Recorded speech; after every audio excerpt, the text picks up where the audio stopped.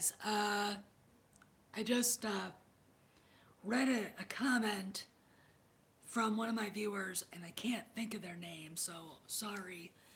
I saw another YouTube of talking about Kathleen Kennedy saying that little girls can identify with Luke Skywalker. Okay, let's go over this. When I was a kid, I'm the youngest of 9 children, okay? I have 4 brothers and a great dad. My dad was the epitome of the alpha male. He was a World War II veteran. My mom and dad were both survivors of the Great Depression. All of life's best lessons were learned following them around, listening to how they survived, and gleaning their wisdom. And of course, you know, if you have 4 brothers and you're the youngest, you are going to learn things from your brothers and your sisters. And I pretty much identified hanging out with the boys because I was a tomboy. Uh, you know, everybody else was moving out of the house. I was young, way youngest of 9. Not just there wasn't just 2 years between me and my sister. There was 8 years, I think, maybe more, maybe I can't remember anyway. But when I was a kid, there's lots of times when I was the only one home, and I did identify with guys. And it's really funny is even the girls who casually liked Star Wars identified with Luke or Han. Okay, so but let me get back to what I was talking about. I grew up in a football-loving family. Vince Lombardi were Packer fans. Vince Lombardi was a hero. I read all the books about him that Jerry Kramer wrote. Jerry Kramer's a hero. My brothers called me Stefanitsky Radnitsky because I was quite a bit of a roughneck as a child. And, I'm thinking about that and Kennedy's, little girls don't identify with Luke Skywalker and thinking, what a bunch of shit. Absolute pile of shit. Here's a question. Let's go further into this. I was a teenager. Some of my favorite rock bands, Joan Jett and the Blackhearts, Lita Ford. Who do you think inspired them? The Ronettes? Barbra Streisand? No! Ozzy Osbourne, Iggy Pop, David Bowie. It's like, really? Really, Kathleen? Really? So you basically fucked Star Wars up because girls don't identify with boys. Hey, Slater, how you doing? I just, you're talking to someone who had every Star Wars toy there was. I had Briar Horses. I used to play with Johnny West before that started going out of style. In fact, I wish I'd have kept some of them. They're worth a lot of money. I could have sold them for something. Uh, so, and I think this has got to be her. Is she such a warped, sad, frustrated female that had worked under, yeah, I do. I do live chats. That do, warped, frustrated female that worked under the likes of Steven Spielberg. She helped produce Schindler's List. George Lucas, she met her husband on the set, I think, of Raiders of the Lost Ark. Frank Marshall, how is the hell is she still married to him? I don't know.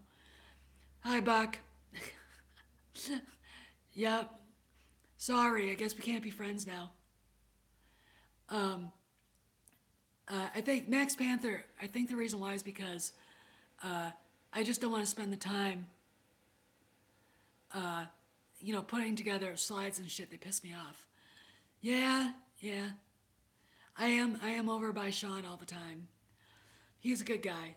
Anyway, so, back to this. Kennedy, works under these, you know, uh, stars of directing and screenwriting, legends, people that literally changed the way movies are made and didn't learn anything and then decided to use their feminazism, I don't know, to get back at them.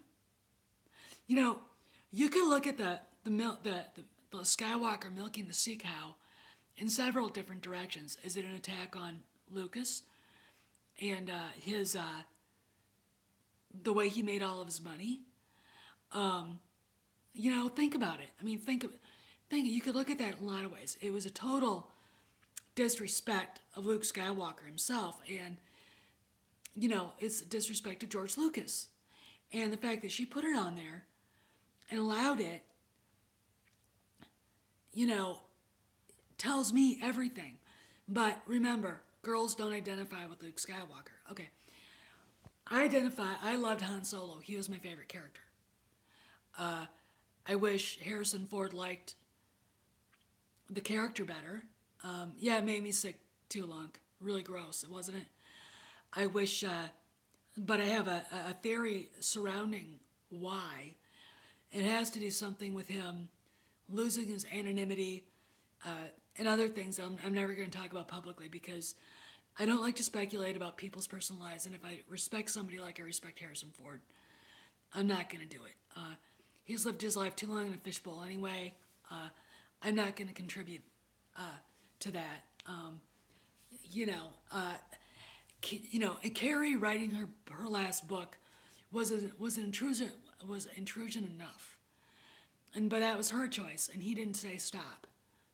All right, but my feelings on that subject are it's sad because Han was such a great character, and they really I think missed the mark quite a bit, even in Return of the Jedi.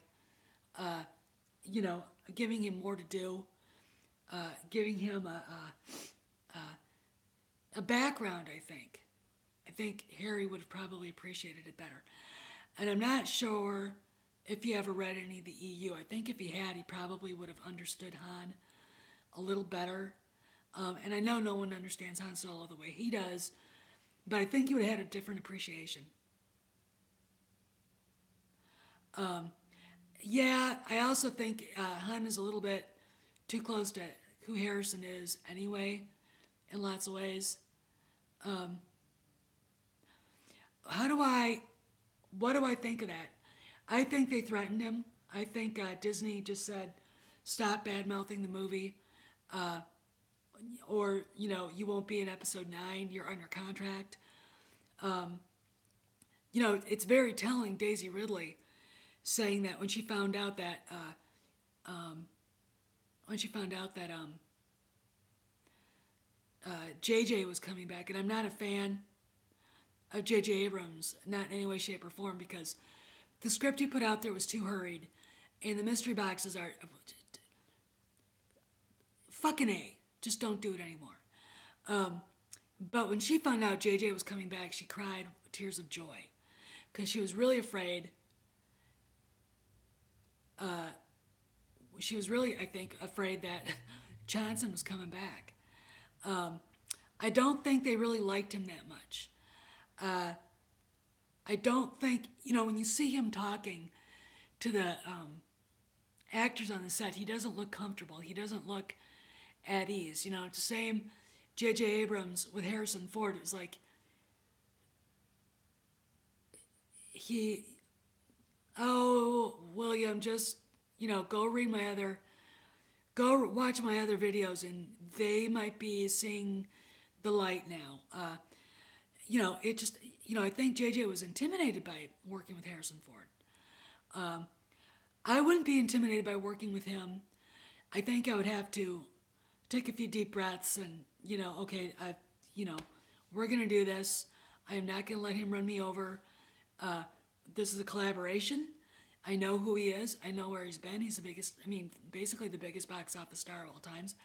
And he is truly a movie star. I wouldn't let him intimidate me. And oh yeah, it was Buck. It was. Uh, I just, but this whole little girls don't identify with Luke Skywalker. Mark has a daughter, doesn't he? Or maybe two. I don't know how many kids he's got. I know he's got a son. How does she feel about that? Harrison Ford has a daughter. How does she feel about that? You know, um, I just, that just, what? You can't, that really just bothered the hell out of me. It cuts to the very heart of third wave feminism. And what's wrong with that? You know, it doesn't make any sense. Here's the deal, girls did like Star Wars. The girls that like Star Wars. Okay? You know, you can't redo the genre, redo the entire storyline, and expect to get girls to like it who won't like it. All right? Because you're going to turn into something it wasn't. I mean, I can't, here's the thing that bothers me so much. And it it was a horrible moment in the theater, Lunk. Here's the thing that absolutely just pisses me off. We're not allowed now to see a man, a strong man, making decisions, life and death decisions, anymore. Uh, they even denigrated the male characters who weren't white men. Uh, Oscar Isaacs is Guatemalan. Leia slaps him, and then, basically stuns him when he actually is trying to do the right thing. Uh, Finn is reduced to second fiddle and a clown. Kylo Ren, I mean, if Adam Driver shirtless was supposed to get back at George Lucas because because of the Leia metal bikini thing, all right, here's the deal.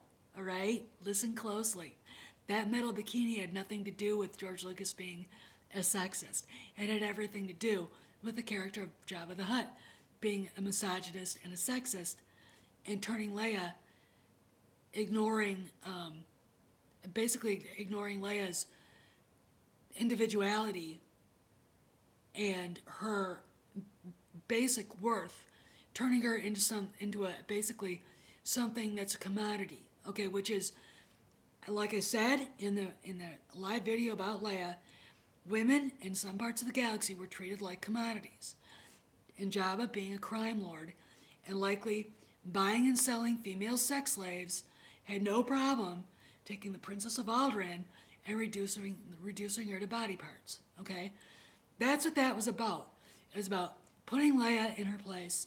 And if Han could see, it was also a lesson for Han. This woman you love, well, guess what? She's mine now to do with that ever I want. All right, that was another thing to hurt Han with. Okay, that's all that was. So Adam Driver, shirtless with Toreador pants pulled up to his moobs.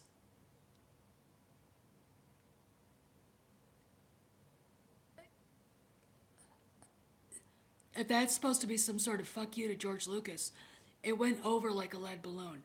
It went over like my horse dropping a great big pile on the barn floor. All right? I mean, it's like, it doesn't work for me because A, he's not an attractive man. He's objectively not an attractive man at all. He's a good actor. I like Adam Driver. But he is not the guy you want to see walking around with a shirt on. And no, by the way, Harrison Ford didn't have to do that in Star Wars to be a sexy beast. All right? That's not how you do sexy in a man. It's just not. Even Leia didn't need that. All right, really. Again, the metal bikini wasn't for titillation. It was to send us a message that Jabba looked at Leia like a commodity and nothing more than chattel. Okay? In fact, I do fanfic, and I wrote a good fanfic about Ord Mantell, and I based it on what Ord Mantell was really like. Uh, and it's about the white slave market in the galaxy, and that is a pretty big storyline that I think should have been used somewhere. But anyway, back to Kathleen Kennedy and her girls don't identify with male heroes. I'm glad you guys are getting along. Good. People are making friends. Awesome. Um, you know, so what do you guys think? What do you guys think of this? Uh, Girls don't identify with Luke Skywalker or Han Solo. Yes, it does, Buck. It really, really does. And that is what the message was. You know, to me, every time I look at George Lucas, he's the last person in the world who would think, let's do something sexy. You know, I don't think he'd know what that was. Um, you know, when you look at the costumes that he put on Natalie Portman and Leia, they were very, they were covered up. They were very elegant. They accentuated femininity without being overly tartish. Okay,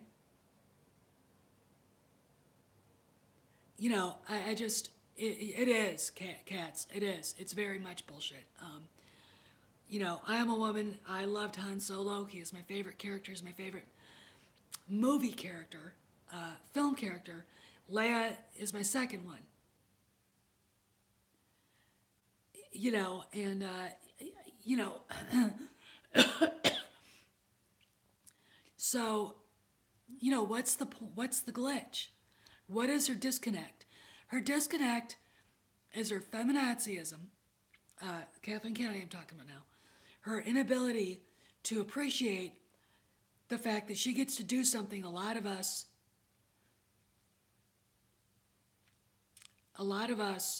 wanted to do, like me when I was a kid. Um, Before I got this lovely voice, see that's tracheotomy scar. I was a classically trained soprano. I got really, really sick. I almost died of pneumonia. I was in the hospital for 3.5 months, and I lost my voice. I was a classically trained soprano. I sang Schubert. I sang a lot of really classical Italian songs.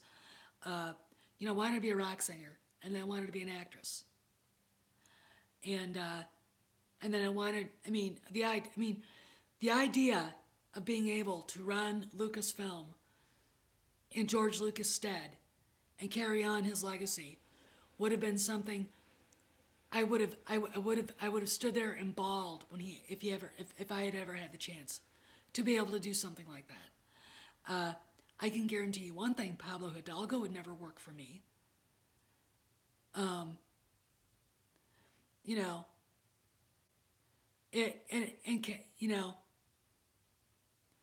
you know, thanks, Buck. Well, you know, life happens. I mean, what are you gonna do? I'm gonna be 50 in June, so you know, it's been it was 30 years last November it happened, and it'll be 30 years at the end of February that I actually got out of the hospital. So I spent 3.5 months at Mayo in Rochester, Minnesota. But anyway, the idea that she had this opportunity that so many people dreamed of, and you know, fucked it up, you know, or went out deliberately to destroy it, is just horrifying to me. You know, I don't get it. You have these opportunities, and you don't add to it. You don't. You know, there could have been a soft handoff between Han, Leia, and Luke to this new generation. All right, honoring what they did, honoring their character arcs.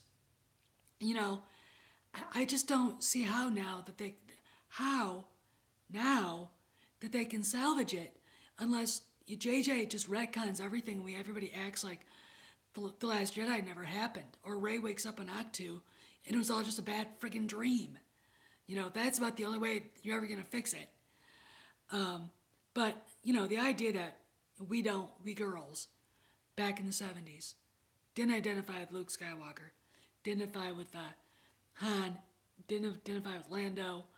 Uh, you know, I, you know, I'm like, I agree, Buck, and I think it's backfiring. I mean, if you go and look at, I went live before today, this morning. There's a Wall Street Journal article that talks about they're starting to get a little worried about the lack of box office. Uh, they're starting to realize that the five people screaming Raylo the loudest aren't their fan base. And when the next ugly, oh, okay, I'm going to answer Kate's bookend here. Um, it, to me, there are things you could have done to save The Last Jedi, and that was a moment in the scene in the cave, the hole, where you could have saved it. I would have done it differently. When you see her walk up to that mirror and she puts her hand on the wall and says, "Show me my parents," and you see a tall man and a small woman. The woman's wearing a gown. The guy's hair looks familiar to me. I mean, I'm sorry, but I saw Han and Leia. I really, really did. And they morph into Rey when she scrapes the thing off. Uh, it, I think, was supposed to be. I think what it meant, it was supposed to be echoing Luke's trip into the dark side of that tree on Dagobah. When he fights Vader and beheads him, and then Vader's helmet cracks open and you see Luke's face. She sees herself. Now, Ryan Johnson's not that good of a writer. I am looking at it from traditional Star Wars lore, thinking, and this is what I would do to retcon it. The dark side takes advantage of your fear, right? She's too afraid to see who they are, right? No, Kat, it might not be because they backtracked on Ray's parents. They left it open again because idiot Johnson fucked up, all right? And he's basically said that it's open now. Her parents are now an open book again because and but this is what you could have done to this for this. And you have to take it back to Last Jedi. Um, or not to Last Jedi, but to Episode 9. If the rest of the movie had been good, and you could tell that Ren was lying to her, because I think he was, uh, you know, but I would think that it goes, Luke finds her uh, after she's been in that thing, and basically says, hey, that was the dark side. You have to master your fear. And, if you let yourself be afraid, it's going to destroy you. That's Star Wars. Ren takes advantage of her fear and lies to her about her parents. Because you can't deny the Force Awakens and her Force vision. It just doesn't make any sense then. So you get to the next movie, and I would have Lando bridge the gap so Rey can figure out who she really is. She goes to find Lando for Leia, or goes on a mission to find him. Leia's retired or whatever. So we don't see her. We just know that Rey's out looking for Calrissian. Finds him. Lando tells her the story about how Han and Luke went through separate fights, and got into a fight over what happened at the Jedi Academy. He mentions that Han and Leia had a daughter, all right? And she's like, I never heard of that. And Lando says, well, Han couldn't talk about it. Leia will probably tell you eventually. And Luke wouldn't unless you knew that it was there and you wanted to know more. I mean, something like that. It's a piece of contention between all three of the main heroes, right? So Lando basically says the daughter was at the academy, the daughter was abducted by Ren, and he doesn't really say anything about Kylo Ren. And he basically says Han told Leia he would find their daughter and bring her. I don't know, Kat. But let me finish this real quick. Han would go and find their daughter and bring her home. Well, he loses the Falcon, and knowing Han Solo, and this would make sense of his for his character, he just doesn't come back. He's like, I lost my daughter, my ship is gone, I'm a failure. I mean, I can't go back to the princess like this. I made a promise, I couldn't keep it. All right, that's why he doesn't come back. Now, Ray goes back to the Falcon, falls asleep on that bunk that Luke was on in The Empire Strikes Back, and um, you know, uh, and then she starts hearing someone call out the name Kira because that was going to be Ray's name to begin with, right? So she goes to the cockpit where she thinks the voice is coming from, and it's a man. She goes and runs to the cockpit. There's no one there. Runs to the back in the main part of the ship. There's no one there, but he calls out again and again and again. She keeps having flashbacks, these forceful flashbacks to the Jedi Temple on fire, the massacre at the Academy, and she's running away from the Knights of Ren. So she finally realizes it's coming from the cabin. And she walks in and she sees Solo's ghost sitting on the bunk, looking at a cabinet, and she sees him reach under a desk, find a key. He puts the key in the cabinet and then disappears. She goes and sits on the bunk, realizing he's probably telling her to open up the cabinet. She opens up the cabinet, starts picking up personal things that he had kept over the years, and has a massive force-back vision. You could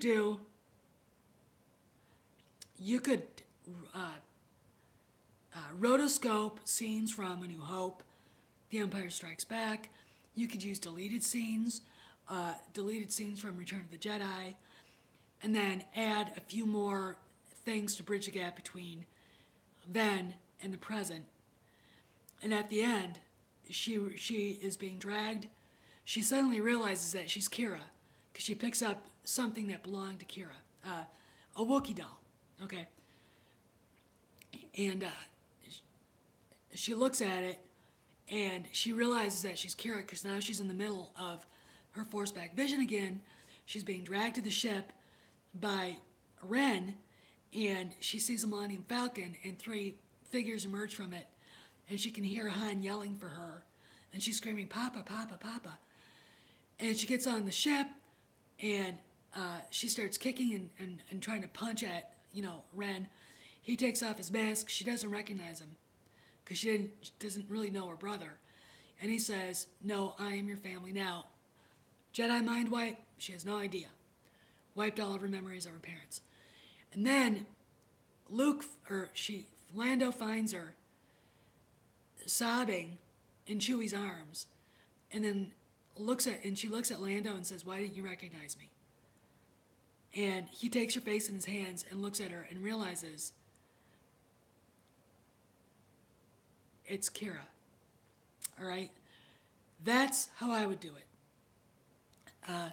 I've said it before, and you could do that and you could have actually done a better reveal for her, the same way I just said. Only it's Luke that finds her in the cabin, sobbing and screaming. He's basically trying to get her to calm down. He sees all this stuff. Leia's cowl. Remember the hood she had over her head? Han kept it. Hairpins. A ribbon. A baby boot. Things. A piece of carbonite. So we actually get maybe to see what it was like for Han at that moment. All right? Because you could actually have him giving her his memories. And then Luke finds her in the cabin sobbing, holding on to this Wookiee doll, and he gets her to calm down, and he takes her.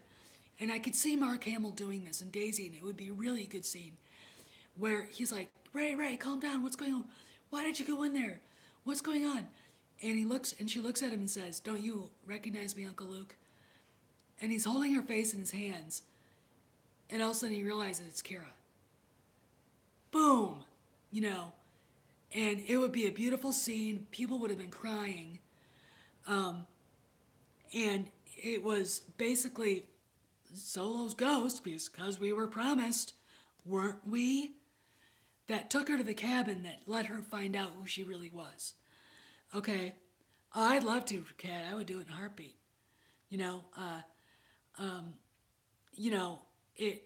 I mean, I would do it in a heartbeat. Yeah, Lando. Yeah, the other guy that blew up. Yeah, that him. Yeah, him. He doesn't matter. We've got our token. We got our one token black guy gang. One token black guy. And remember, girls don't identify with male heroes. Okay, so I'm thinking, all my heroes, my dad, Vince Lombardi, Steve Coughlin, the jockey, uh, Bart Starr, Roger Staubach, um, Pappy Boyington, uh, you know, all these guys. Thank you, Kat. Uh, you know, and there are girls out there that feel like that. Oh God, yes, he is. He is so Jar Jar Buck. Oh my gosh, I feel really sorry for John Boyega. I feel sorry for the younger actors because they couldn't take the risk, all right, of saying that it sucked, could they? Uh, they really, really couldn't.